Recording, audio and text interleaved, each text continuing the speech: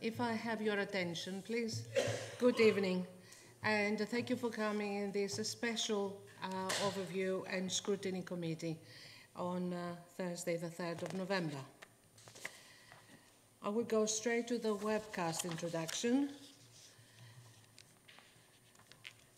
I would like to remind everyone present that this meeting will be broadcast live to the internet and will be capable of subsequent repeated viewing, with copies of recording being made available for those that request it. By being present at this meeting, it is likely that the recording cameras will capture your image, and this will result in your image becoming part of the broadcast. You should be aware that this may infringe your human and data protection rights, and if you have any concerns, then please speak to the webcasting officer.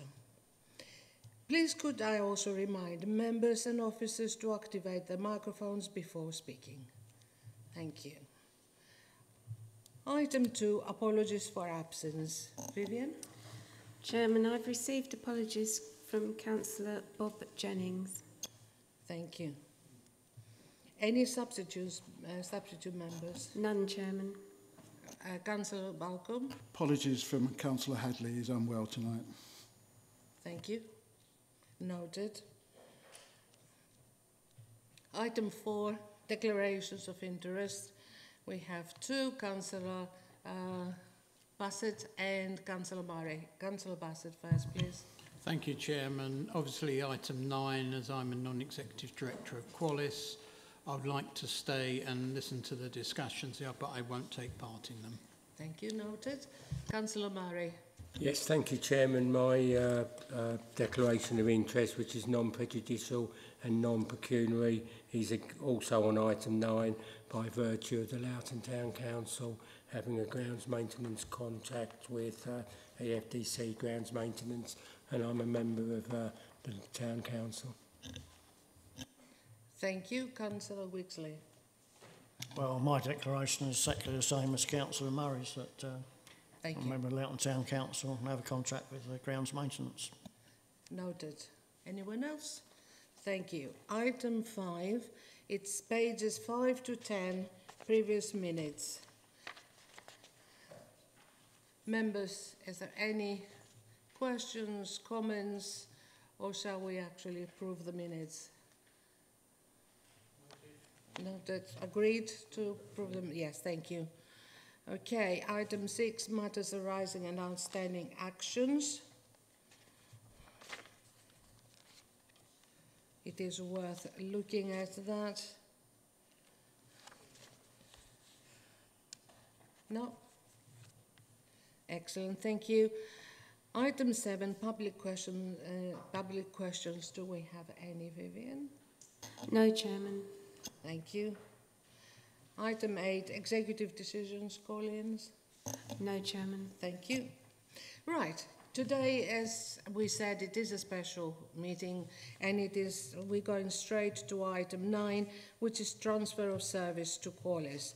It is pages 11 to 18, and Andrew Small will actually take us through that. Thank you. Thank you, Chairman, and thank you, members. So the report brings forward proposals for transfer of the grounds maintenance service to Qualis. It's been long proposed, but it's taken some work to get to this point in time. And the proposal is that the service transfers from the 1st of April 2023. The reason for the special meeting is that to align with the budget setting process and also to allow for various consultations and mobilisation, need an early decision to enable it to happen from that date if it is the Council's wish to make it so. So the report sets out in some detail what the current cost of the service is, and the detailed budgets that are currently providing that service are provided within the report, together with the staff that are currently employed in delivering that service.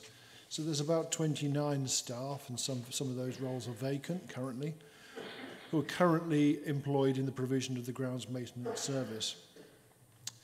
The general premise is that the Council organises itself in such a way that direct provision services would probably be better provided by the council's commercial arm, Qualis, in as much as that there is little point in the council duplicating provision or duplicating structures that allow the provision of services. So the council already outsources many of its direct provision services, such as waste, such as leisure, for example, under the leisure contracts, leisure centre contracts. Housing repairs is also outsourced to Qualis.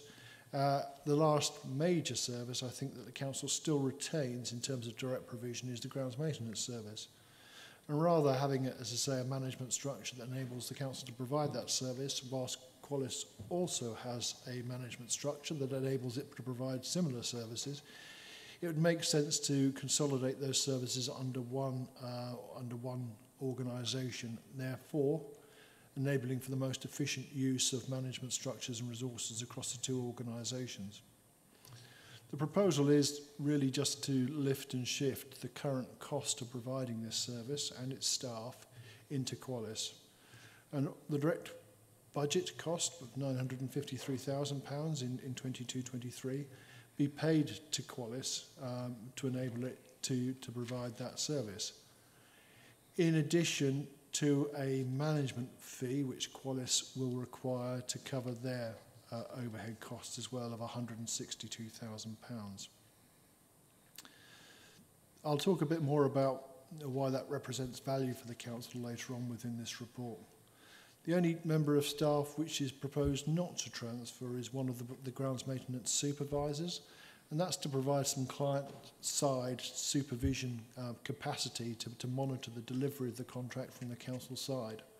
The two supervisors, one is proposed to transfer, one is proposed to retain, therefore not increasing the total staffing who are engaged in the provision of this service, but making sure there is a council role to look after the contract, and there's also provision on the Qualis side as well in terms of delivery of the Qualis contract, ensuring that quality and standards are maintained. The transfer of staff would be under full TUPE conditions, so this is a statutory obligation, and we as an employer will respect that, of course, as we have, as you would expect, and that would be in the same way that the housing maintenance staff were transferred to Qualis back in September 2020. So that TUPE protects their terms and conditions on transfer and provides reassurance to the employees that their terms and conditions will not be diluted upon transfer. The existing contracts that the council provides to parish councils would also novate across to Qualis, and they would be expected to deliver those. So all of the council's grounds maintenance work would then be delivered by Qualis, and the council would be able to reduce its management structures and management supervision costs associated with the provision of that contract. There are a couple of elements that are brought out in a bit more detail, and that's the depot and the fleet management and workshop costs. So currently, as you will be aware, the council has a number of depots, but Oakwood Hill and Townmead are the principal ones. And there was a conversation between us and Qualis as part of the conversation in terms of developing this business case as to whether it would be appropriate to charge Qualis for the use of that depot. Ultimately, having explored the options, really, the consideration is if we do charge Qualis for the use of the Oakwood Hill and Townmead depots, then all that will happen is the contractor will charge us back for that cost because we are the principal user of that service. So any charge we levy on them, they will levy back to us with a profit element charge on top of it. So it makes no sense financially to actually charge Qualis for the use of that service, and we would provide the depot to the contractor free of charge. And that is exactly the same arrangement that would apply if we outsourced that contract to any other contractor. We would provide the depot, and that would reduce the cost the contractor has to charge back to us.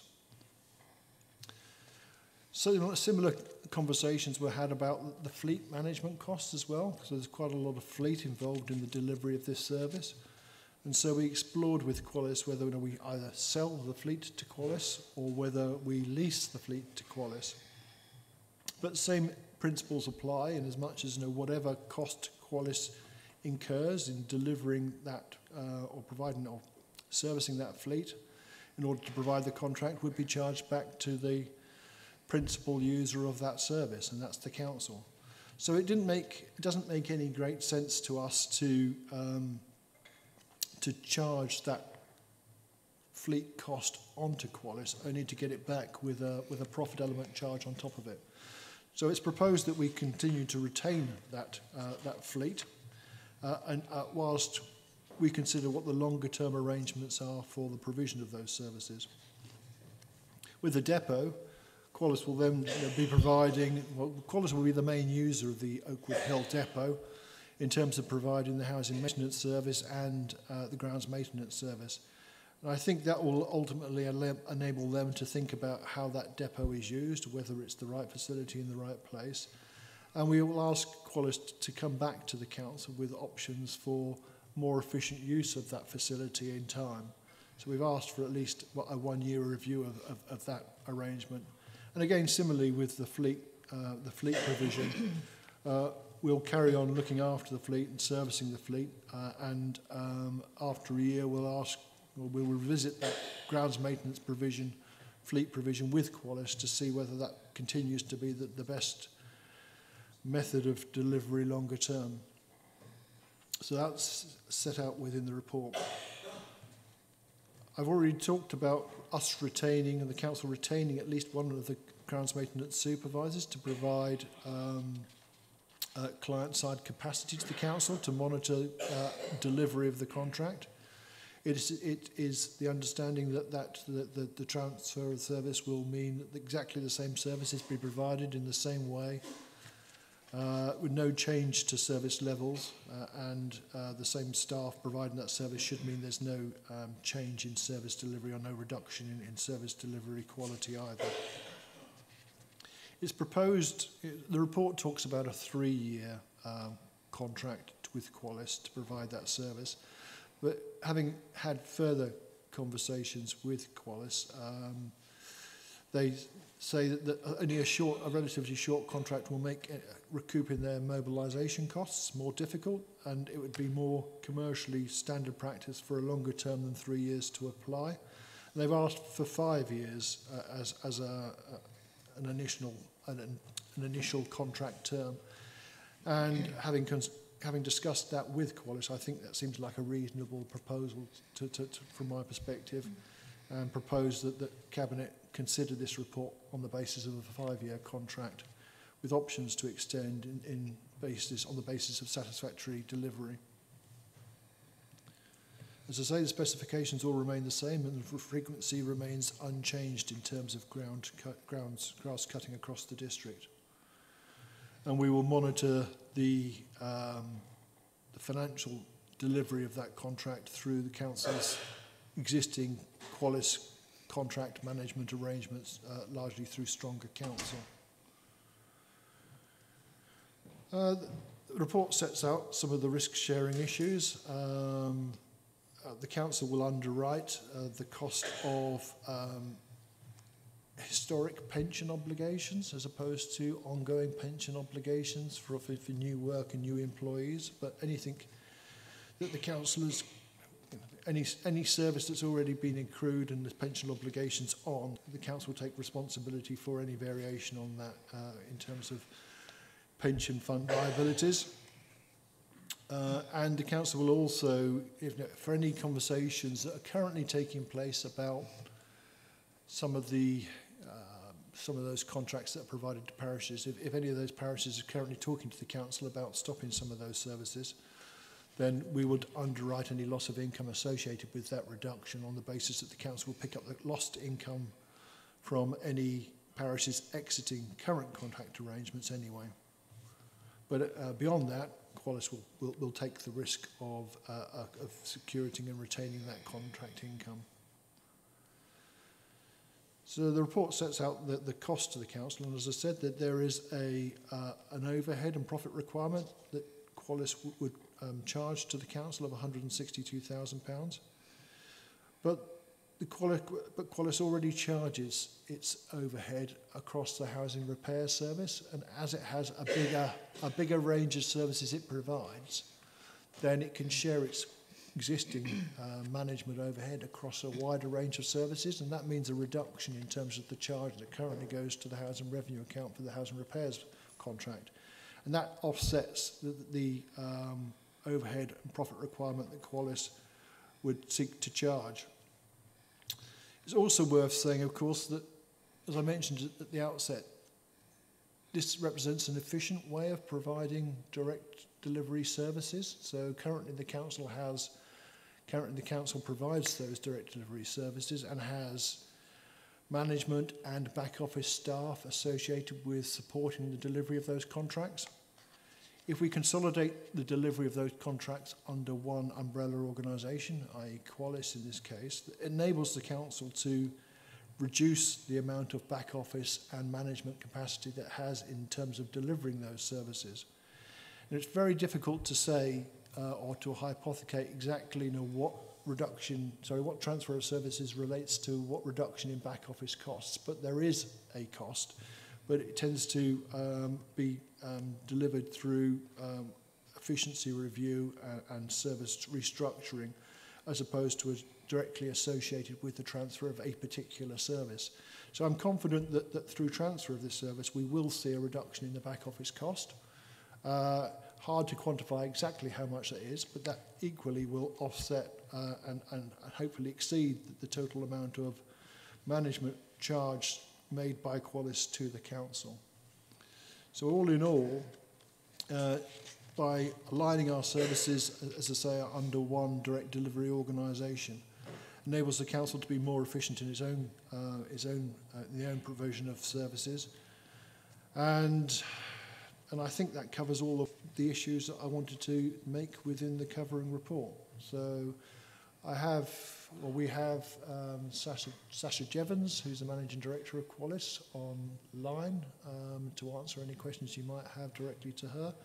And Mandy Thompson, who is the current Service Director for that area as well, is also here to answer any technical questions that the committee might have. And I think that's all I wanted to say. Thank you, Chair. Okay, before I come to the members, it says TUPE for members' information and for the public. It stands for Transfer of Undertakings, Protection of Employment. Okay, just in case. Right, up to the members now, please. Councillor MacGyver. Thank you, Chairman, and thank you for the report. And ironically, my question is about the TUPE. And I also have another question about the financial resource implications. So with regards to the TUPE, I know that that's a very standard practice for any business transaction. I just wanted to know what support is available for the members of staff who are impacted by that decision in that they're being transferred. It can be an anxious time for people, particularly at the moment with the way the economy is. So I just wondered what actual tangible support we give, because we often hear, there's support provided, but what does that look like? Is it a one-to-one meeting with HR? Just how is the process explained to the staff affected was my first question. Don't know if you want to answer that first. I will. Thank you, Chair.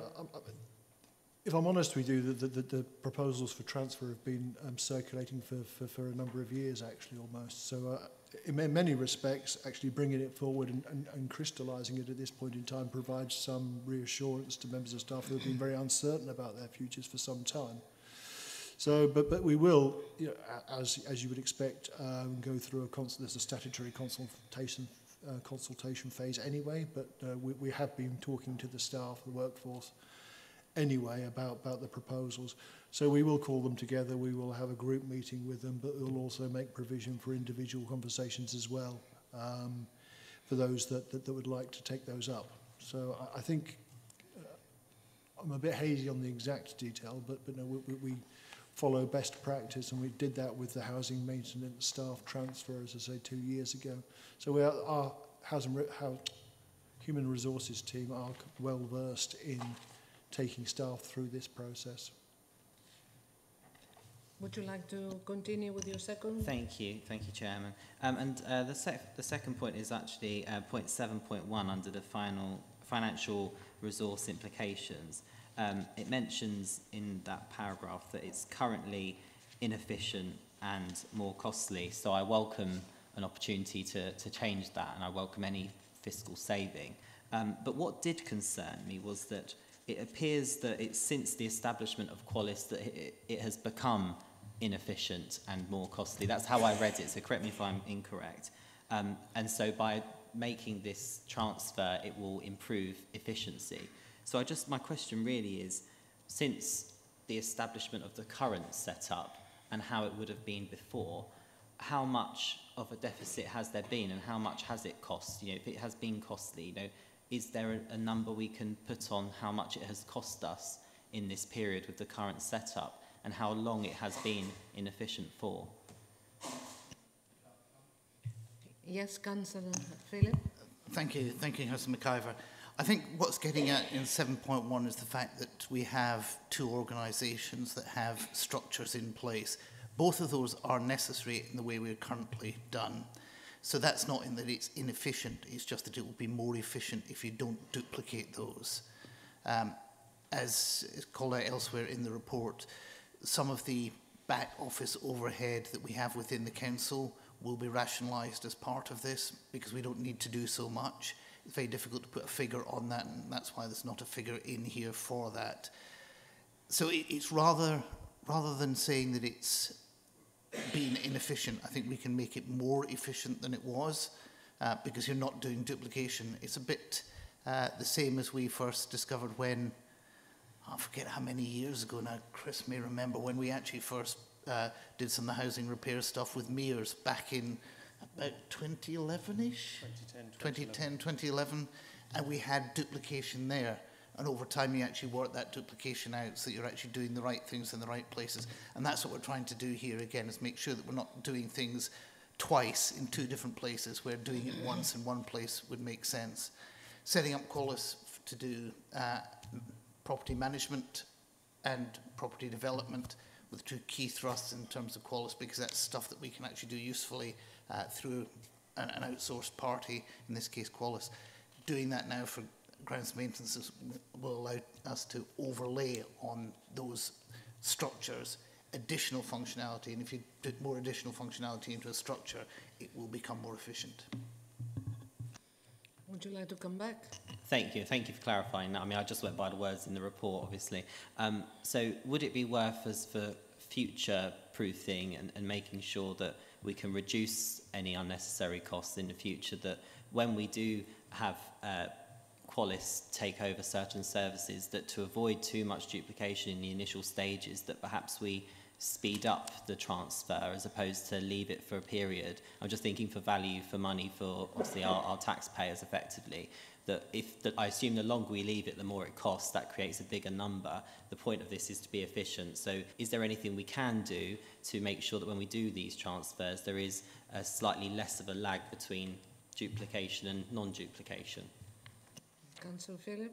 I think there's two parts to it, Councillor McIver. Firstly, we want to make sure that we're only moving across the right stuff into Qualis, which is why I committed to bringing forward the business case here for us to look at. And I think that's a proper thing for us to be doing. I don't want to just willy-nilly go through things.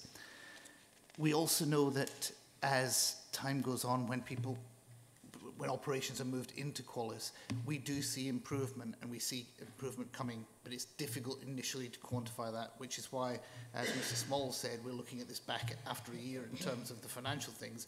It may not be that we reduce the cost at that point. We may get more for the same cost.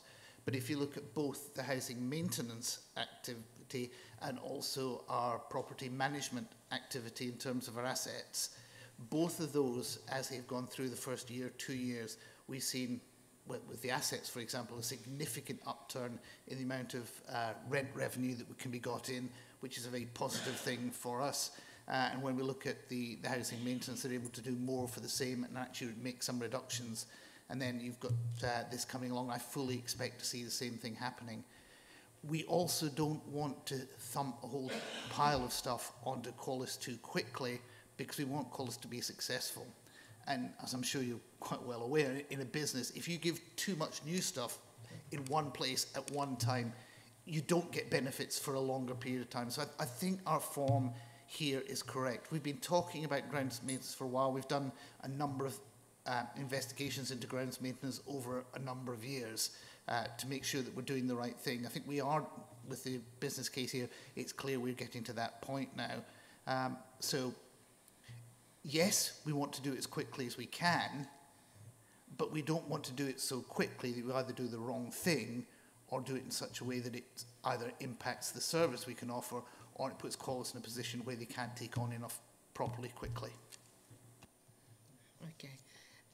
Councillor Patel? Your microphone, please. Thank you, Chairman. So just a couple of questions, just from the reading up. So on the page 13, where we've got the north-south and we've got the total, are we saying that management fees 162, but we would see that difference is 1.129 million, but we won't be paying all of that, and we're just paying the management fee to begin with to Qualis? That's one quantifying bit. And the other one is, what processes are we going to put in place to see that? I understand it's really hard to quantify, but how would we know in 5 years' time what kind of data we've collected to know that we've been better off giving this to Qualis? So it's a two-tier thing. So there's some, I thought there was a figure we could put on it, but I don't know if that's right or wrong. Councillor Philip, would you like to answer this? Or? I'm just directing it. Sorry, thank you. Thank you. No, so there is a management fee, but it comes in, if we look at the revenue budgets on the bottom, page 12, the adjusted revenue in there, and on top of that, there's the management fee that we would pay Qualis to run this. The flip side of that, as far as the council is concerned, is that will reduce the management fee for doing the housing maintenance stuff. So from a pure numbers point of view, in year one, we are directly equivalent to what we were. We save money on the housing revenue account, we pay a bit more on the general fund. That balances out, so we get for the same value what we're getting. How do we know in 5 years' time? Well, we won't be waiting for 5 years' time. That's why we look at it in a year's time and see what we're doing there. And much like we did with the housing maintenance, and after a year we've seen savings, much like we did with the asset management, we're seeing additional revenue. We'll be able to track that through those years of the 5-year contract, and I would fully expect that by the time we get to the end of the 5 years, we'll see getting more done for us by Qualis, and we will be paying less than we are, at least adjusted for inflation. And who knows what inflation will be like over the next 5 years. But I think we can be fairly confident that it's not going to be 0.2%, which it was a while back. So it won't necessarily be the same numbers, but it wouldn't be the same numbers if it stayed here as well. But that's why we're coming back each year, looking at it and saying, what are we doing that's actually beneficial? What is Qualis doing that's making it more efficient?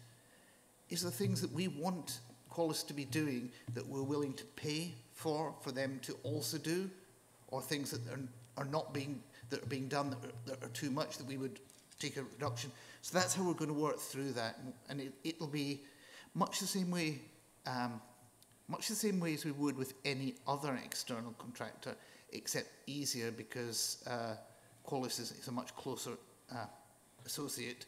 And as I've said in this chamber many times, I do meet with the managing director of Qualis every week, so that if there are things that come up, we do pick them up, and that will allow us to track where we're going and track changes. And if we need to adjust course slightly, then we can do that. Councillor Patel, would you like to continue? You have another question? No, that's fine. Thank you. That's well explained. Thanks. Okay. Councillor Barry. Thank you, Chairman. Can I first of all thank you for arranging this meeting. I wasn't the only councillor, but I was one of the few councillors that were very vociferous that we did have an opportunity to scrutinise this before it came to Cabinet, which a quick look at the Cabinet agenda, I think it's there for Monday. I stand to be corrected. That's probably why we're having the meeting tonight. So I do thank you for that. I just want to make it clear before I share my remarks, because they're remarks rather than questions. I'm not open. I'm not against change. In fact, I'm very open to change. I look at this council, and now tonight is not the place to identify them, but I can think of some quite significant changes I would like to make. And I look at the society we live in, and I can think of major changes that I would want to see to improve it. So I'm not against change, but I am against this change.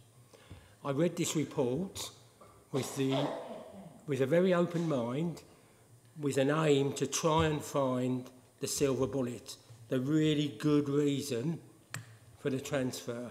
I read it once, couldn't find it.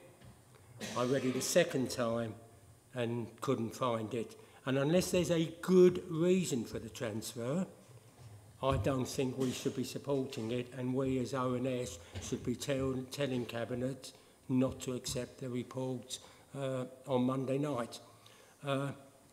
Because I have to say quite honestly, I challenge the assumption just because we've transferred other services that we transfer this one if there isn't a good reason. I'm certainly not convinced by what I read and what I also heard tonight from Mr Small, and thank you very much for your written and oral report, that there's a clear financial gain for the transfer.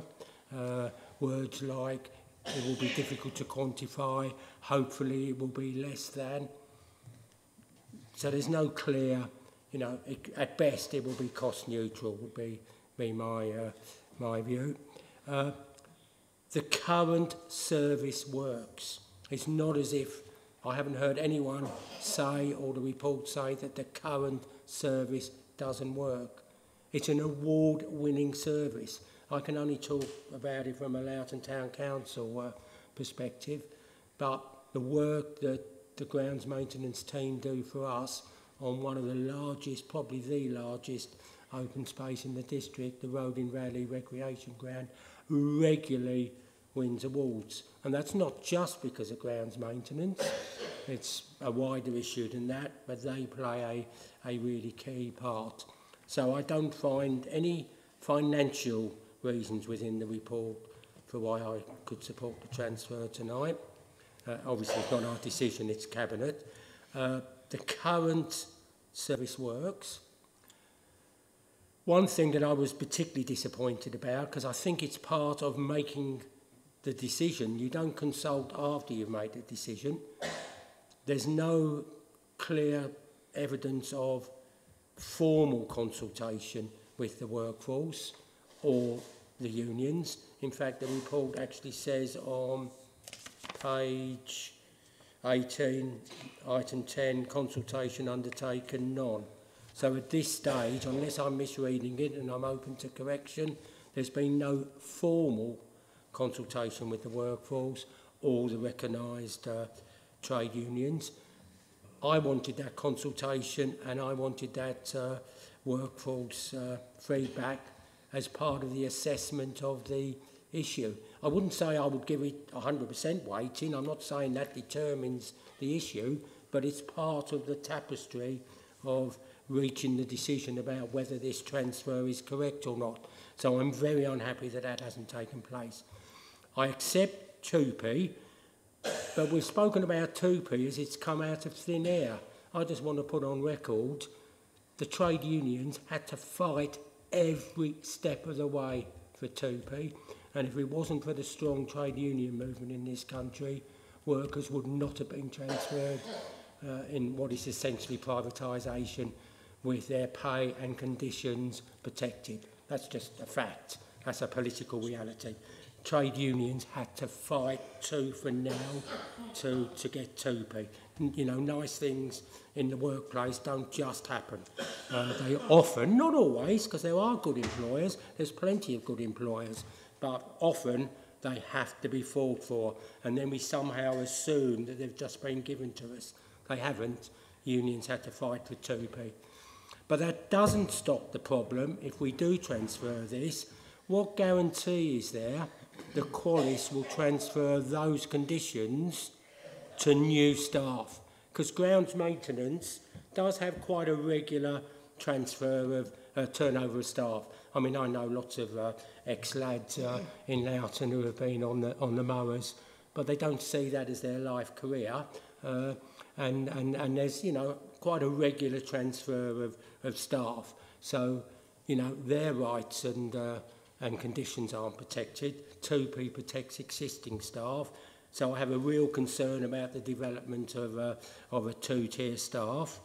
And another major issue, I have to say, Chairman, is I'm not convinced that we can be very happy about the transfer. And I've mentioned this before, but two things have happened since the last meeting. And I accept that it's anecdotal, but it's absolutely the case. I'm not happy that we as a council can honestly say, hand on heart, that the transfer of housing repairs has been a good thing for our tenants with Qualis. I mean, I've mentioned this before, but since the last time I mentioned it, I met someone at the food bank with 3 children who told me that only that morning she had been told by Qualis that she would be without hot water for 5 working days. Now, I'm the first to say, well done, Councillor Holly Whitbread. I phoned from the food bank, and within 2 hours, the boiler had been sorted. But that shouldn't be the case. I mean, she just happened to see me. What would that be if it was a tenant with 3 young children who didn't think about contacting the councillor? It shouldn't operate like that. I've now had, and this was about a week ago, I had a message from a tenant in Loughton. It would be wrong to share any more details, but a really deprived situation. 29, and this is what she's told me, and I've got, you know, I have to just give the caveat, you know, I've got no evidence whether it's accurate or not. She's been without hot water for 29 out of the previous 39 days when she sent me that message on the 24th of October. So I think the general point I want to make is, are we happy as a council that we have effectively scrutinised the transfer of one major service, the housing repairs, and that has been a success? It may have been a success in kind of management speak and money speak, but has it been a success in terms of our tenants? And I wouldn't be able to say yes or no. Anecdotally, I would have to say, on my experience, I would have to say no. I certainly don't think we should be transferring another service until we are convinced that the housing repairs service has been a success. So for all those reasons, Chairman, I'm going to be asking the committee to say to Cabinet that we're not able to make a decision at the moment, and we feel that this is not the right step to be taking at this stage. Thank you. Okay. Before that, if that's all right, I would like to touch a few points. 1 second, please. A few points, and we'll go with, first of all, the financial benefit. If, as you mentioned, let's explain about the financial benefit first. Is the items that Councillor Murray. Would you like to, or would you like a? I was going to address the whole thing, Chairman, okay, which is to say that the vast majority of that's completely irrelevant to what we're discussing tonight. Anecdotally, I would say I have updates that show that what we've done with Qualis is significantly better than we were doing previously. So I'm not going to tit for tat on anecdotes, because, as I said before, your organisation, the Overview and Scrutiny team, have the ability to scrutinise what's happening in the housing arena. And I know my colleague Holly Whitbread has committed to bringing that forward, and we will be looking at that. But I would say, from my point of view, and from the point of view of our tenants and the number of jobs that are getting done, we can see that more jobs are getting done. They're getting done successfully. They're getting done on time. As far as the financial benefits are concerned, as I outlined in previous answers, we tend to see a significant improvement in the finances after the first year or two of the operation within Qualis. With the asset management, we were able to do that in the first year with a secondment into Qualis. That's not something that works with an organisation this size. I'm firmly convinced that what we're seeing here is good value for the council. I don't expect that to significantly impact, if at all, on the service that's being delivered, because we're delivering them with the same people. I'm also not going to constrain Qualis as a standalone company to offer particular terms of service to people who are employed post moving a service over.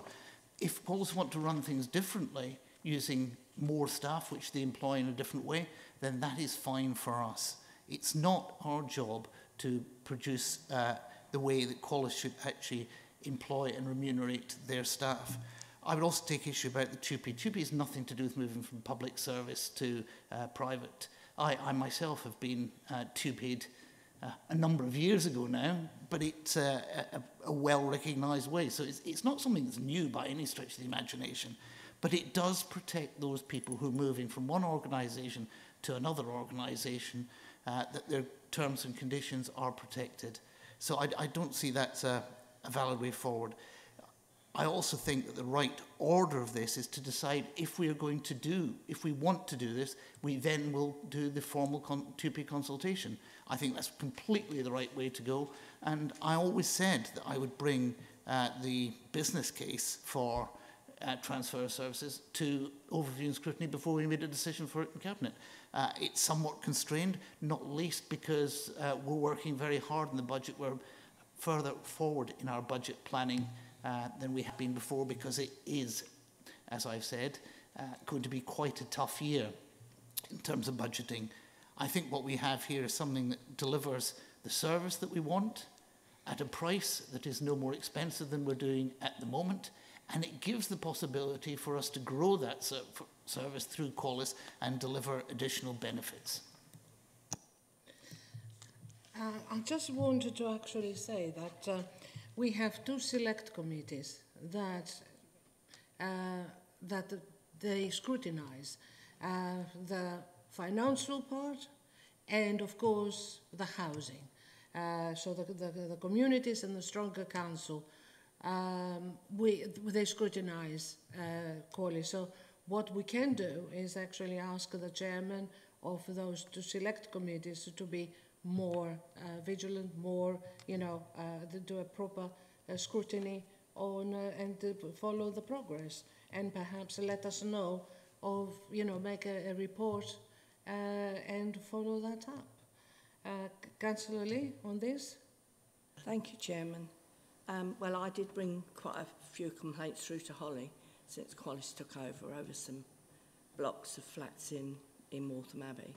But obviously that's not what we're discussing tonight, but I just think, all right, I'm old-fashioned, and I was always told don't put too many eggs in one basket and don't put the cart before the horse, and I just think you're rushing ahead too much and giving Qualis too much because of what I see and I hear. I don't see any improvement, but then I've got to say I've not been around for 3 months through to my accident, so I'm probably a little bit behind the times. Not that that's stopped any residents still ringing me every 5 minutes. And I see on this ground the maintenance for North in our town mead depot. Well, I've never seen 15 people working all around. I'm happy with the work that's being done, but I had no idea there were supposedly 15 people doing all that. But I'm just not for transferring loads more that we're paying two lots of, like we're paying it and Qualis is paying it, and I just think we're rushing ahead too much. Soon there'll be no councillors, no council office. So my opinion, I'm just not for giving more to Qualis when I don't think we know enough that if it's working or not, but that's my own opinion. Councillor Wicks, I was going to answer Councillor Lee, if that's okay. All right. I'm really glad, Councillor Lee, that to see you back in the chamber. We've missed you, without a doubt. I'm also really glad to know that you haven't seen 15 employees in the town mead depot. If they were in the town mead depot, they wouldn't be doing what they were supposed to be doing. They should be over the Northern District. But let's face it, the north is a fairly large area of the district, so they are quite well spread, but that is the basing. I think the key part here is we're trying to make the council as an overall operation work more efficiently. And to that end, as long as we're delivering the service to our residents, that's the key part there. And this is a key way of us being able to do that going forward. Thank you. Councillor Wixley. Right, thank you, Chairman. I think I'm very much in the camp of Councillor Murray and Councillor Lee on this. I've got some reservations about it, particularly around the TUPE and how this affects staff. I know that the benefits that existing staff get now are going to be protected if the TUPE arrangements go ahead. But on the other hand, in the longer term, when some of those people have left, I suspect that whoever replaces them won't get the same terms and conditions as staff enjoy now.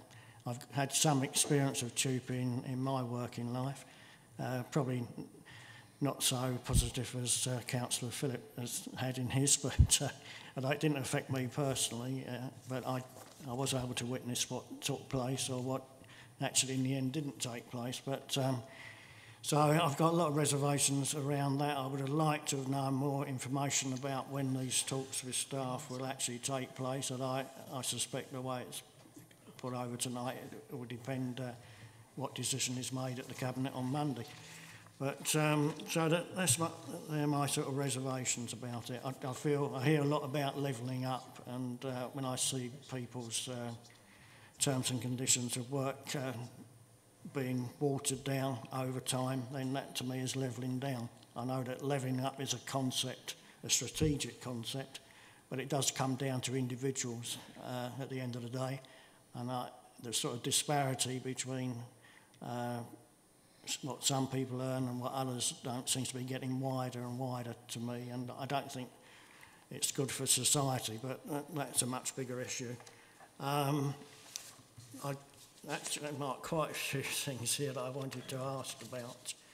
I was a bit, as regards the depot at Oakwood Hill, and I assume the same, or maybe it doesn't apply to the other one in Waltham Abbey, there's going to be no cost to Qualis for that, as I understand it, but presumably there is some, you know, there will be maintenance costs in running a depot, so who's actually going to be paying for that? Is there no, does the council pay for that? I don't expect it's very much, but things can happen over a period of time. But that was one issue I had. Can we allow to answer this one first? Councillor Phillip. So yes, as we retain the depot, we retain responsibility for it, and as Mr. Small pointed out, that is a sensible commercial approach to take.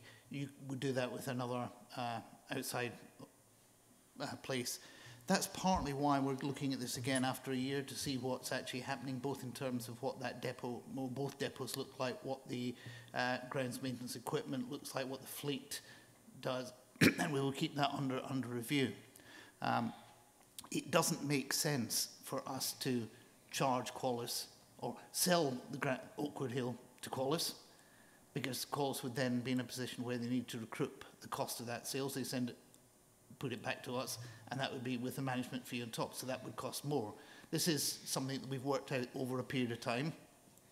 That doesn't mean that there won't come a point where we do look to do something different with Oakwood Hill or Townmead. But that comes down the line. It comes back to, I think, what I was talking about earlier, which is to make sure that we don't do things too quickly. We need to make sure that it's right. But what I wouldn't want to be in a position of is, for example, taking your maintenance side of things, if we'd sold Oakwood Hill to Qualis, they charged us back the cost of that with a management fee, and they needed to do repairs, and they did that with a management fee again, which any company would do. At this stage, I think the right thing is for us to hold on to that. And let's face it, we have that situation anyway. Thank you. Councillor Wexley, would you like to continue? Yeah, I'll try and work my way through the list, but I would be here all night. And just on this management fee, it's mentioned on page 11, £162,000 for £158. Is it envisaged that that will sort of taper downwards as we get through, as years go by? I'm not quite sure how that's going to work. Councillor Philip. That's one of the things that we will look at the end of each year, because overall it's a sum of money that we're paying to Qualis for doing this work, which covers both the running costs and the management costs of it. We would expect the economies that will be coming out of this to result in a lower cost in future years than it would be in this year. Let's leave inflation out of it for the moment, but if you're just looking at zero inflation, the overall number may come down. It may be that we get more for the same number. Don't know yet. That's why we're reviewing it after a year, exactly as we did with the asset management, where we looked at it after a year and said, actually, we've managed to find that Qualis managed to drive an additional £500,000 worth of rent out of our asset portfolio, which is great because that's £500,000 I don't need to find for next year's budget. So that just helps there. So this is the way it will go. So whether the management fee changes or whether we get more for the same management fee, I don't know yet. And I can't claim to know until we've actually done it. Thank you. Councillor Wexley. Going back to staffing issues, does this management service cover HR services? Well, that's the thing I've asked about before as regards Qualis. Does it have its own HR department? Yes, it does, and yes, it does. Your microphone. Yeah, I'm just trying to search out for some other questions. I did go through this fairly thoroughly, but I don't know if Andrew wants to say something. Just while you're looking for that, I mean, in terms of, I mean, it's an example exactly. So that Qualis has an HR service, and so does the council. The fact that we transfer a number of employees across will enable us to reduce our own HR service in due course. But as I say, it's very difficult to say by transferring 30 staff or 29 staff across that you can reduce your HR service by 1 employee or 1.5 employees, but it will reduce in time, and that's part of the savings we're talking about capturing by being more efficient in the way we structure the delivery of the service between single organisations. Well, in terms of efficiency, wouldn't it be even more efficient if the HR services were shared? It's an option that we looked at originally when Qualis was first created, but I mean, Qualis is providing an HR service based around, you know, its terms and conditions as well, really. Initially, we agreed that actually it would be better to have, you know, Qualis to have its own direct HR service to manage those individuals. Thank you. But just following up on that, that doesn't mean that we aren't looking ourselves within the council where a shared service, including an shared HR service, might make sense. It may be that the best way for the council, the council to operate is to share an HR service, but not to share it with Qualis, but perhaps to share it with another council or 2 councils, much like we do with our internal audit approach. Legal services. Yeah, because when you were talking about back office savings, I envisage that actually meaning cutting down on staff. So I think that's what you actually mean by that, if we want to be quite honest about it. Chairman, I've been very clear about this and was very clear about this at full council. If you look at the budget that we have for this council, we're looking at an overall expenditure of around 30 million on staff. That is a huge amount. If you take your 30 million and you put a 5% rise on that from staff costs, that's a lot of money. We will have to look, and I did say this, we do have to look, amongst other things, potentially at redundancies. Hopefully, that means a case of putting posts that we will no longer have that are currently vacant. That doesn't necessarily mean that we'll get rid of people, but it does mean that we have to start to cut our cloth to fit the budget that we've got. And it's not escaped anybody's notice that financial times at the moment are really hard. We're not immune for that as a council. I was listening to the news just before I came out, and it was saying that they expect about 40% of leisure services to lose their swimming pools in the next 5 months. We really don't want to be in a position we're doing that, because we believe that's something that our residents value. So my aim is to make sure that as a council we continue to protect the services that we're doing. And if that means that we have to do it with a smaller number of employees, then we have to do that, because we will have to make difficult decisions. As I said, we have got a gap of 4.2 million on a net expenditure of 15 million. That's pushing up to 1/3 of the net expenditure. We have to find a way to fill that, and that will involve difficult decisions. Some of them will be decisions we don't want to have to make, but some of those decisions will be, which is the least bad decision that we need to make. I don't want to get in a position where we have redundancies. I particularly don't want to get in a position where we have forced redundancies, but I cannot bring forward a budget in February that leaves us with not enough money to run the council and run the services, because that would be a greater dereliction of duty, and I won't do that. Okay. Thank you. Any more? I think that probably just about does it. I did... Can you switch on your... Sorry. I think that's probably all my questions that I need to ask, but I will just say one thing, which a couple of things actually that Councillor Murray referred to, because I was in the position about the collection award from the Essex Plainfields Association a week ago, and that's regarding the condition of the Road in Valley Recreation Ground, which the maintenance team look after very well, and it's not the first time we've got an award through their efforts. So I do hope that they will be looked after, because they do a very good job for the town council. And I also would say that I don't know the name of the lady, but I did meet a lady who works, I think, out of Waltham Abbey for the grounds maintenance team, and she's very enthusiastic about her job, and I think those are the sort of people we should be looking after.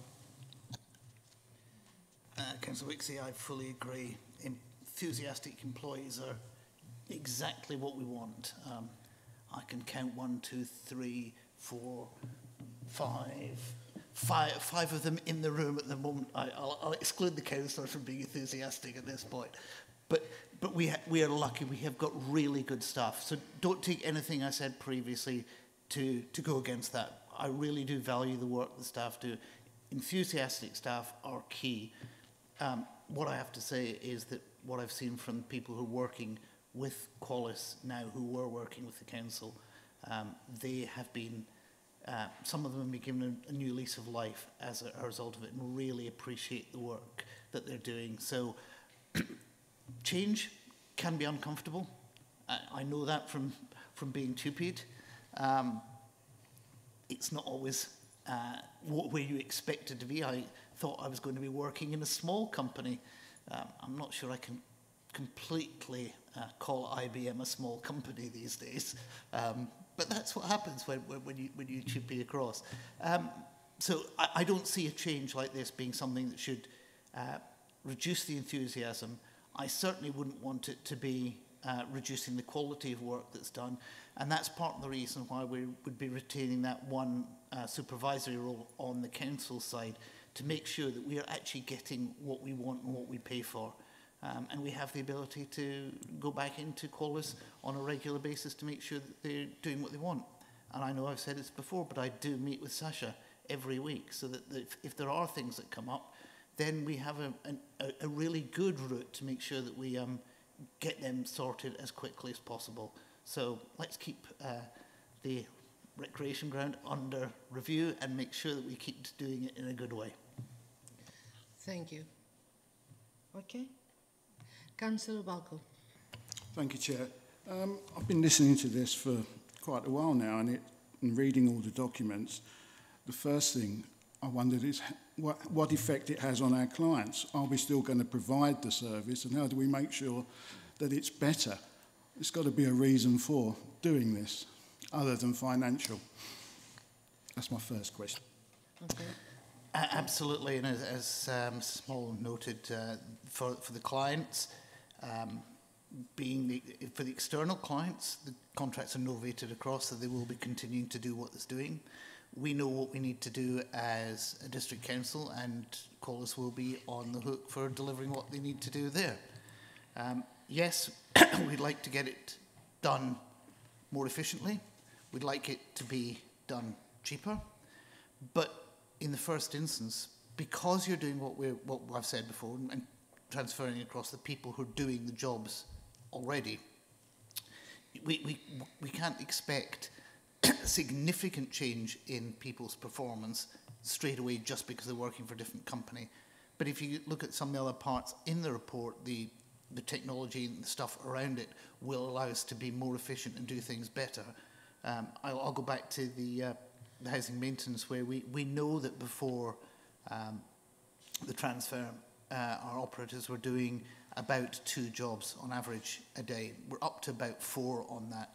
And that's partly to do with sensible scheduling, so that you're not scheduling somebody to work in Ongar followed by somebody working in the south of Waltham Abbey. And if they had a 3rd job, it was going to be out on the east of Chigwell. That doesn't make sense. And Collis used technology to make sure you're actually scheduling those properly. So you put the man who's got 3 jobs, you give him 3 jobs in Ongar, and the other one you give him 3 jobs in Waltham Abbey, and you don't have them doing this. And if we can do that with the grounds maintenance, that's actually going to make things better as well. So why can't we do that at the moment? In a way, I had to agree with Councillor Lee at one point. It was a saying of my father's, don't put all your eggs in one basket. And that does concern me up to a point. And what contingencies do we have if this does happen? I think there's a number of things I would say to that. Firstly, we clearly don't have all our eggs in one basket. We've got services we're providing directly from the council. We have got services that are provided by BIFA, and I won't go into the quality of that service at this stage. But as you know, we have resolved to look at procurement on that one. We also have services through Places for Leisure, doing our leisure centres. Now, if I was sitting here to you and saying, I think we should have Collis doing our refuse service and Collis doing our leisure centres, then I think you could reasonably accuse me of putting too many eggs in one basket. What we've been very careful to do with Collis is looking at things that actually do hang together very closely in terms of operations. So property management and maintenance. Grounds maintenance is obviously adjacent to that, so there are synergies there that you can use. So it does make sense to have those there. There are other things you could look at, but we have decided that those are not things that we should be putting into the one basket. We are the sole shareholder in Collis. We are getting significant benefit from having Collis from a financial point of view. We want Collis to be a success. Collis want us to be a success. We work as a partnership. If we didn't do that, it wouldn't be working as well as it is. Okay, before I go to other members, I would like to actually make an observation with a question. I think the panel is actually worried about delivery, okay? Delivery of service. And what I know that you said that you meet the CEO and you have, but what measures do you actually have? What to monitor? Because, you know, you can't rely on the on residents' claims that they have problems.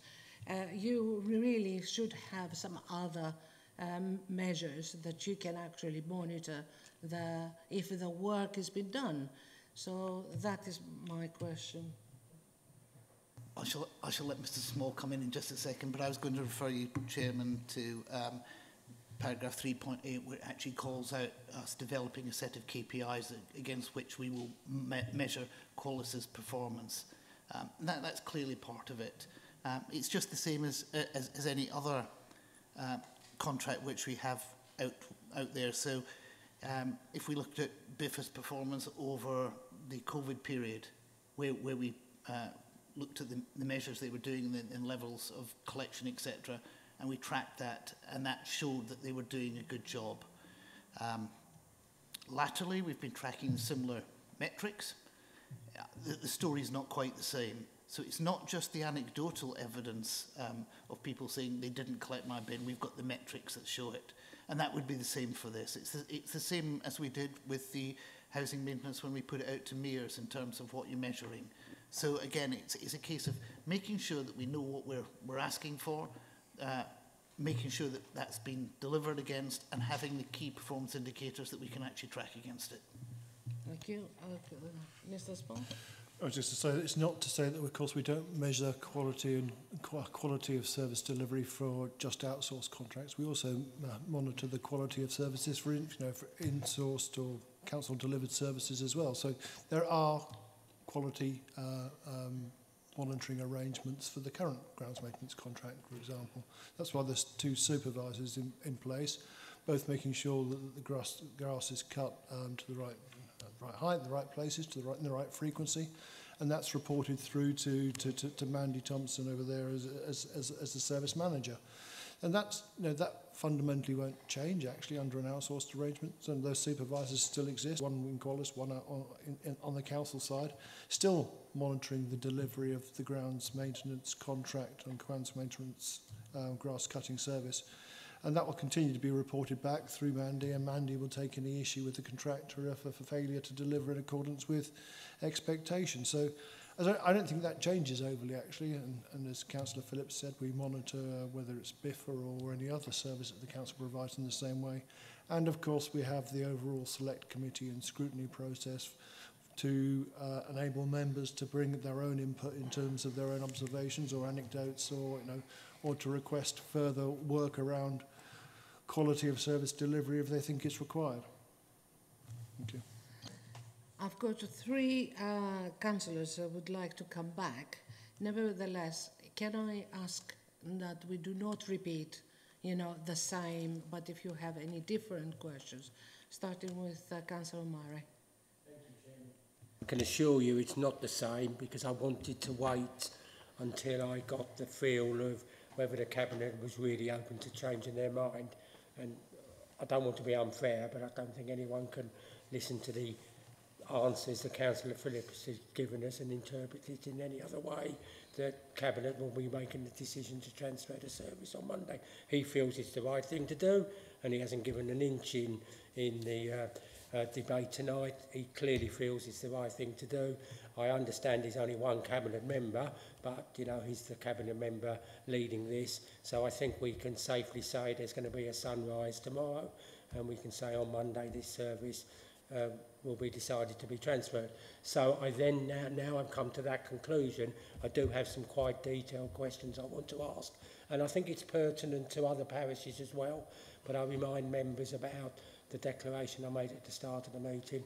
Loughton Town Council has quite a major contract with grounds maintenance in terms of what we pay. So when the transfer takes place, who decides the terms and conditions that grounds maintenance will have with, I assume, individual parishes and costs and so on? Because it's essentially, it's not an absolute monopoly, but it's essentially almost a monopoly, because there's very little competition out there. Where does Loughton Town Council go to have its massive recreation ground cut, apart from EFDC grounds maintenance? I'm not saying there aren't any other options, but it's not a competitive field, and EFDC has always been quite sensible. So who decides the terms and conditions of any new contracts with parishes? Because I would assume this affects, I would assume most of our large parishes have their green areas cut by grounds maintenance. And more important, who influences the cost? Because you've already said, through you, Madam Chairman, Councillor Phillips has already told us that the council has no interest in the terms and conditions of new employees. I would be very worried if the council had no interest in the cost that Qualis could use in essentially a near monopoly situation to charge our parishes. So could I just be taken through, please, how that's going to work when the transfer takes place? So, firstly, I would be very surprised if Councillor Murray thought that I would bring a paper to Overview and Scrutiny arguing on one side and not be convinced of the benefits of it. If I wasn't convinced of the benefits of what we're proposing, I wouldn't be bringing forward a paper suggesting that we should do it. But it's not the way I work, and Councillor Murray should know that's not the way I work. So I will listen to what the committee has to say. I have to answer the questions that are raised to the best of my ability, but it's not surprising that I think that this is something I'm trying to persuade people should be a good idea, because I genuinely believe that it is. In terms of how it will work, we novate across the current contracts. So the current contracts will stay in place for Qualis. Going forward, it will be up to Qualis to negotiate with their external partners. And I would dearly hope, and this is something I touched on actually with Sasha earlier on today, is actually, rather than being at risk of reducing the number of contracts we have, one of the things we're really hoping is this will actually open up the number of contracts that they can actually work with other people. Clearly, if that's something that becomes a burden that is not financially sensible for a council, they're at liberty not to sign up with it. I'm well aware of how grounds maintenance works, because as Councillor Murray probably remembers, I spent quite a number of years in charge of the finances at Thaden Boys Parish Council, who also use our grounds maintenance service. So it does have to be balanced. But when we transfer this across, that is then the responsibility of Qualis to do future contract negotiations. Sorry, Chairman, there is just one important follow-up there. Yes, of course. What safeguard is there? Because there is a kind of inbuilt safeguard in terms of EFDC being an elected body.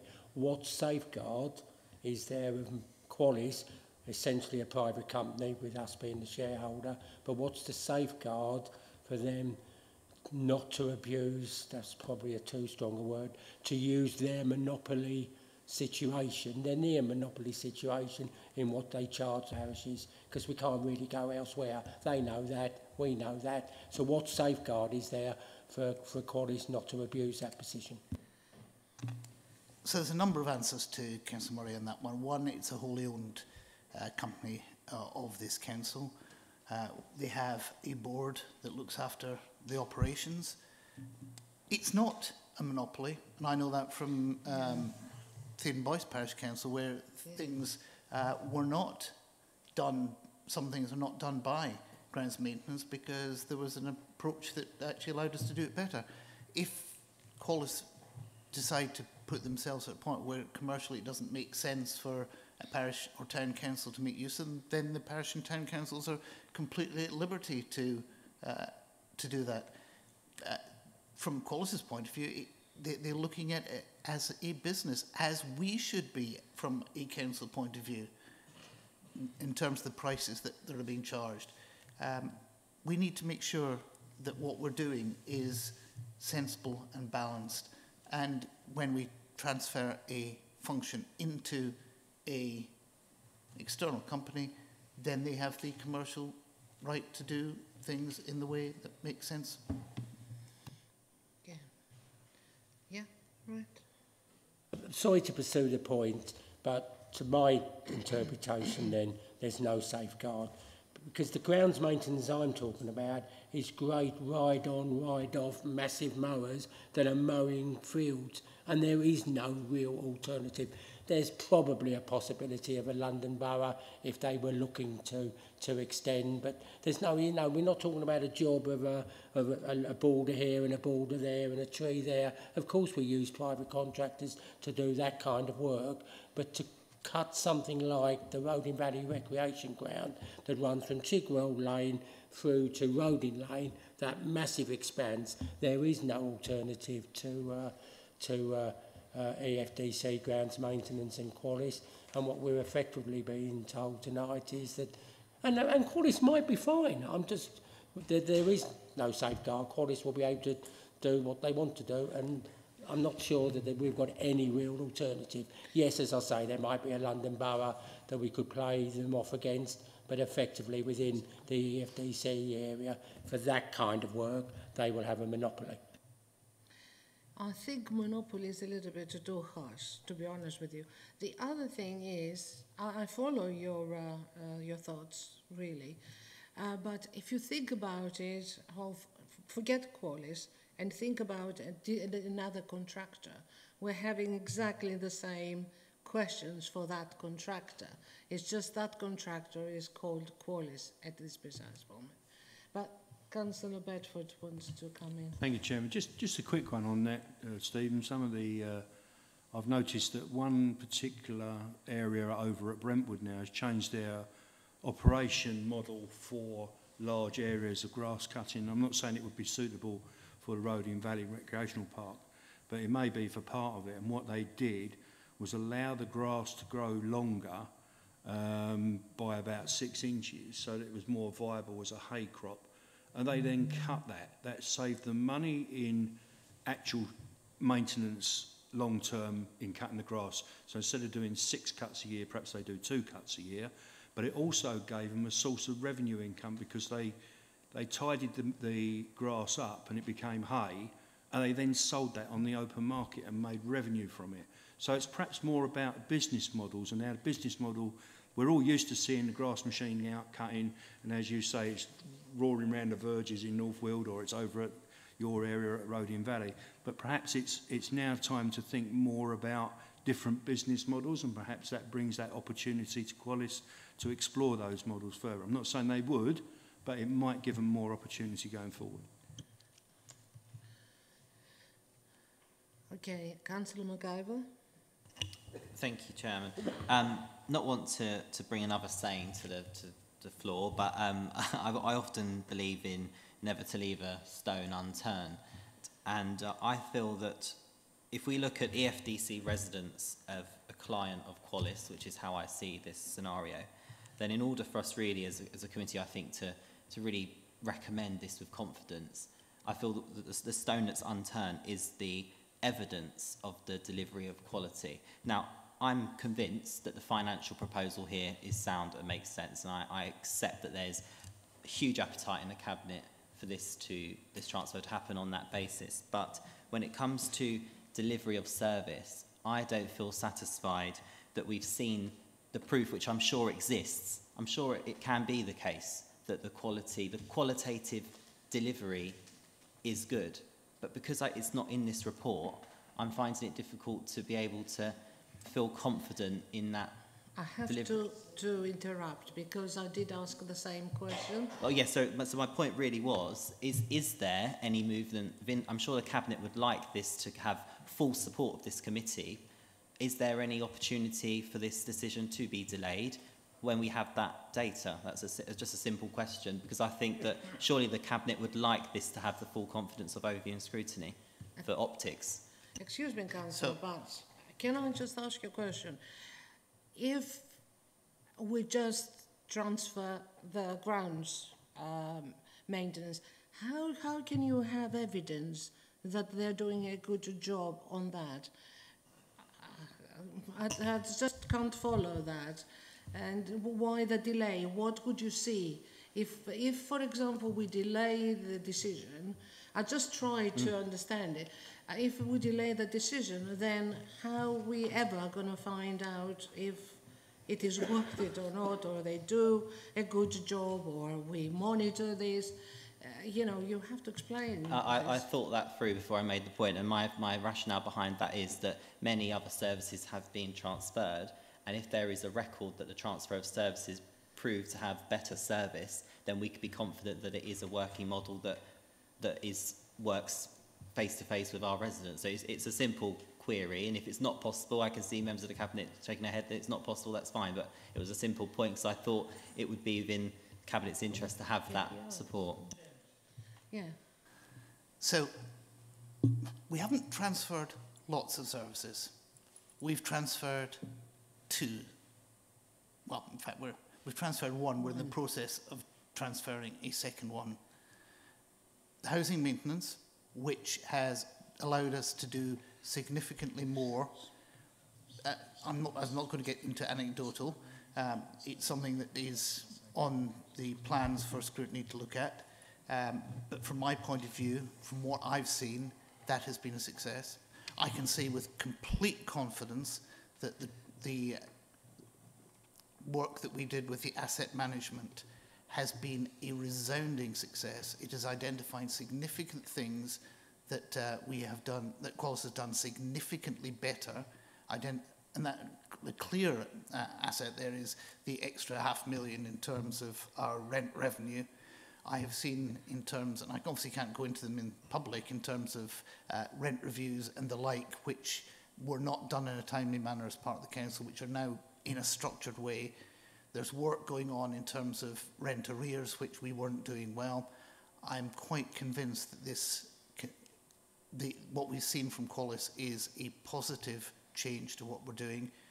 We cannot wait longer. As I've said, we're 4.2 million gap for next year. One of the ways that we fill that gap is through the contribution that Qualis makes to our bottom line, which is very positive. This allows us to look at a balance point for this year. And as I said in council, the budget for next year is going to be really hard. The budget for the year after is going to be even harder. And I'm not looking forward to that at all. And what I'm really trying to do is make sure that we preserve our services for our residents, and that as far as possible, we protect our staff from the impacts of what's happening out there. And I also want to try and make sure that what we don't do is find ourselves in a position where we have to have significant council tax rises to balance the books. And that looks to be the way things are going, even if we look at a national basis, that the halls are requiring that. This is a way that we can actually make sure that we continue to preserve the service. It's delivered. We have a contract for a number of years that continues that going forward. We know what the budget for it is going to be, and that allows us to make sure that we continue to do it. Councillor McIver. Thank you, Chairman, and thank you for that. I mean, when you mentioned about we don't want to do this quickly and we want to do it right, that made me, I thought that was an invite to possibly a delay, but if that's not the case, that's fine. The data you refer to and your confidence in the delivery is good. I don't doubt that for a second, but without the data in front of me, it's hard for me to make a judgment on that and a recommendation. So is there a reason why that data can't be accompanied with a report like this on other matters that we have transferred the 2 you've referred to? Chairman, I'm disappointed that Councillor McIver hasn't read my reports to Council, which has contained that data. So the data is there. It's just not part of this particular report, because this is focused around grounds maintenance and the business case for that. So the data that you talk about, I've reported that back at regular council meetings. I know Councillor Holly Whitbread has done so also in terms of her housing portfolio. So the data is there. The data has been in front of members. Yeah. Can I just say, I have to put a close to that, because what happened is today we are having a discussion for a specific. You wanted a data that does not exist. So we can't have the data that doesn't exist and actually scrutinize the data, because we have not even given that opportunity to Qualis. Yeah? So you can't.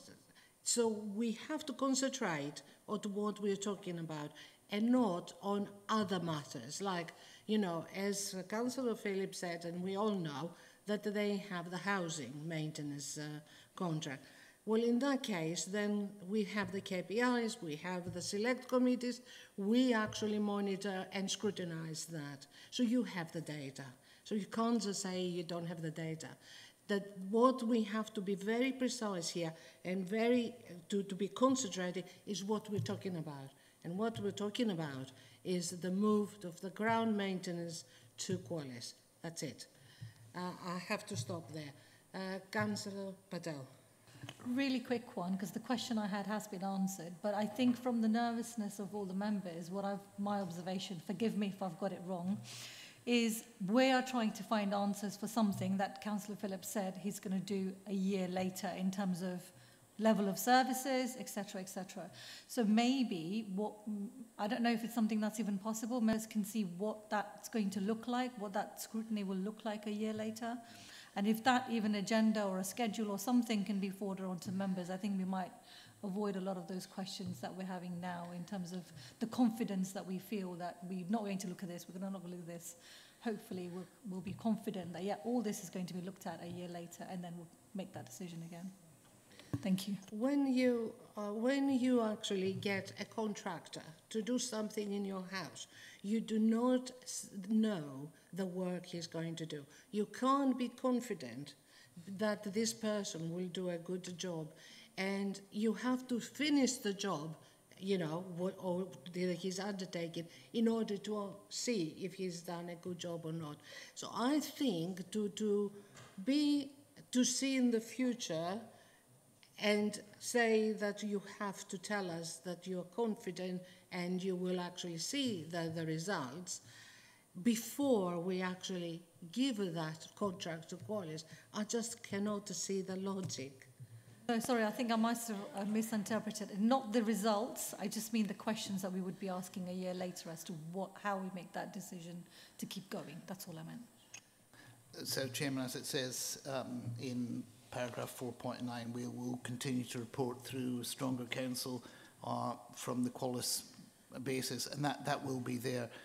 This will obviously form part of what comes back to that. I don't intend that every single decision or discussion that we have with Qualis needs to come in front of committee, because it doesn't. That's not an efficient way to do business. But if there are things that are important enough, then they will come back. And the reporting of the financial basis and on what Qualis is doing on a quarterly basis comes to the committee. The 1-year and 4-year business plans come to this committee for review as well. So it's all part of us making sure that we know what Qualis is doing, and we do have a good view of it and a good way of scrutinising what's going on.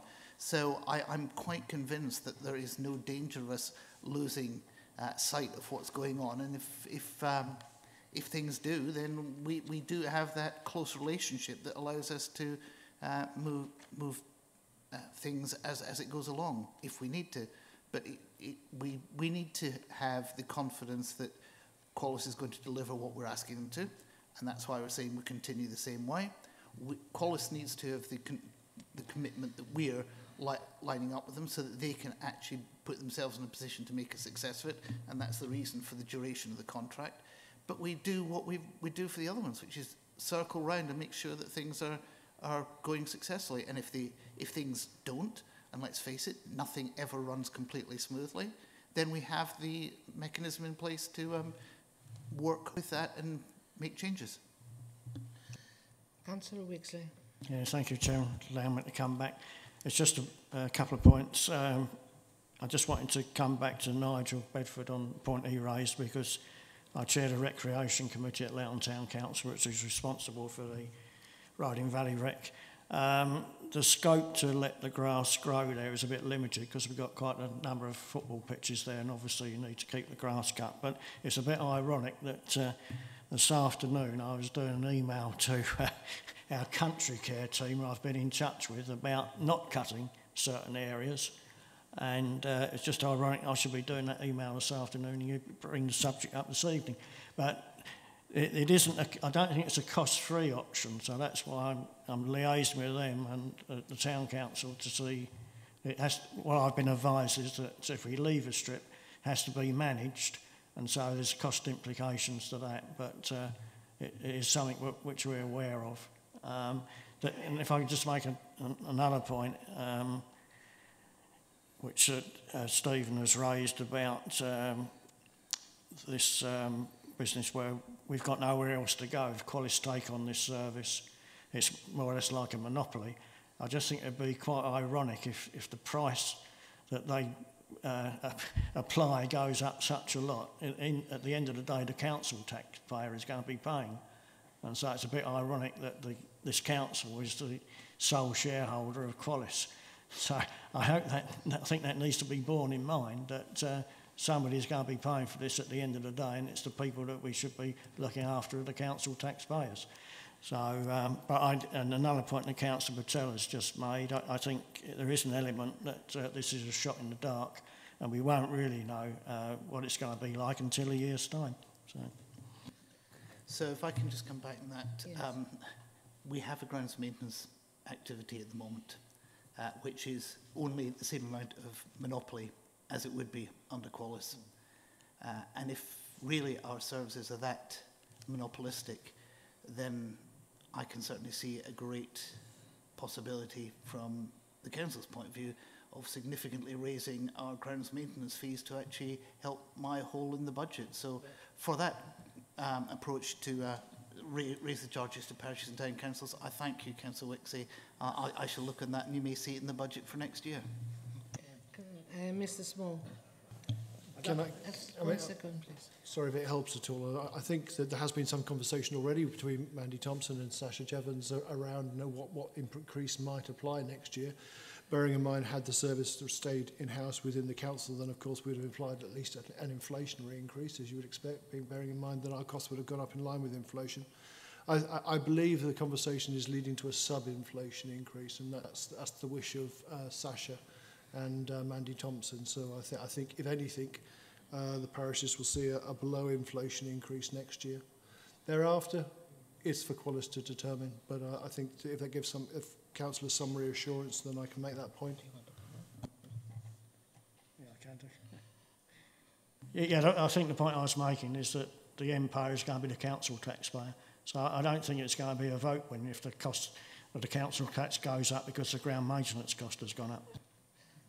Okay, I come back to Councillor Wixie and say we have to make difficult decisions. If you're prioritising grass cutting over homelessness provision, for example, then that's a choice that you can make. Yeah. It is a difficult decision. As my councillor colleagues have been telling me, there are significant cost pressures on something like the grounds maintenance. If you think about what fuel was 12 months ago, if you think about what electricity is, there is no denying that those rates will have to go up. It may well be that you would want to do it under inflation. It might well be that from a council point of view, what we actually need to be doing is doing inflation +3. So a 13 to 15% rise in the grounds maintenance costs if we keep it in-house next year as a starting position. It's not a zero-sum game now, unfortunately. Councillor Murray. Yes, I won't go into detail, but the indication that we've already been given is, and this was, I interpreted this as, because of the transfer to Qualis, is that we're likely to get a larger increase than we had been indicated that we would have done if it had been left with EFDC. That's the report that the parish officers gave the Recreation Committee yesterday. So that's it. I do just have to correct the portfolio holder one thing. I think he said that we get 4 yearly business plans from Qualis. Maybe quite rightly, but I thought it was decided this year that we didn't get a 4-year business plan and we only got 1 year business plan. And there may well have been good reasons for that, but I didn't want the committee to feel that we are guaranteed 4-year business plans. It seems to be swapping and changing depending on how useful those might be. But it's not built in that we will get 4-year business plans updated every year. We didn't get a 4-year business plan this year. If you want me to move the meeting forward, Chairman, I'm happy to move again my recommendation to put to the meeting, if it's seconded by anyone, that at this stage the ONS committee feels that it's unable to support the transfer of grounds maintenance to Qualis. I don't want to burden it with any particular reasons behind that. We've had the debate, so I just want to propose, and obviously you'll need to see if there's a seconder, that at this stage we don't support the transfer of grounds maintenance to Qualis. I would propose that, Chairman. Okay, do you have a seconder? I'll second it. Okay, we put it to the vote then. We will go ahead with the recommendation of Councillor Murray. Everybody who is for, can they please? 3, Chairman. Against? 1. Abstentions? 4. So what was carried? Pardon? It's carried. It carried.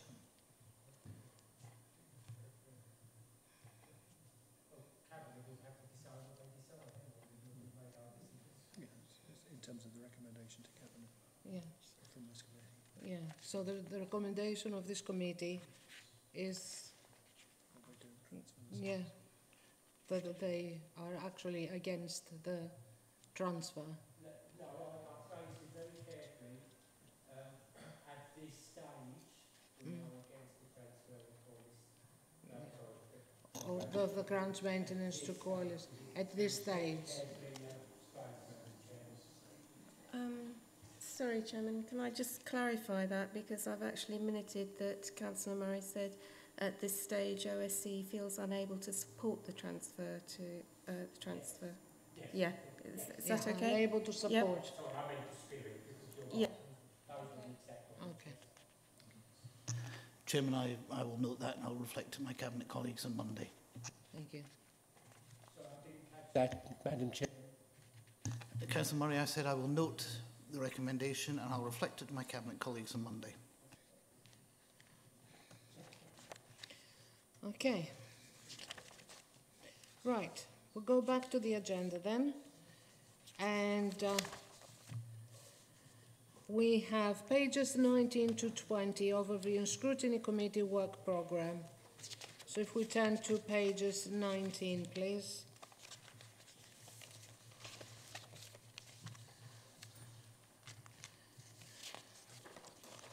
Right, if we look, Councillor Whitehouse. Yes, Chairman, on the work programme, those of us who went to the scrutiny training a few days ago, one of the things that was recommended was that we reviewed the recommendations from past Task and Finish and other committees. There was a committee, I don't know, about 5 years ago, on services for older people, and I know some of the recommendations have certainly been implemented, one of them being the Senior Safety Day, which I think was on today. But I think it would be helpful, particularly this time of stress for many older people, if we could look back at that Task and Finish panel, see what has happened to recommendations that were made, to hear what services are provided now, and perhaps what plans officers have for the future. So we're just updated on the services for older people. Thank you, Chairman. Okay, is it possible to find the information? I'll ask committee services to look back. Yeah? Okay. Anything else for our programme? Okay. Item 11, exclusion of public and press. So I thank you very much for your attendance and your input, everyone, and thank you the officers as well. So I'm closing the meeting at 8:40.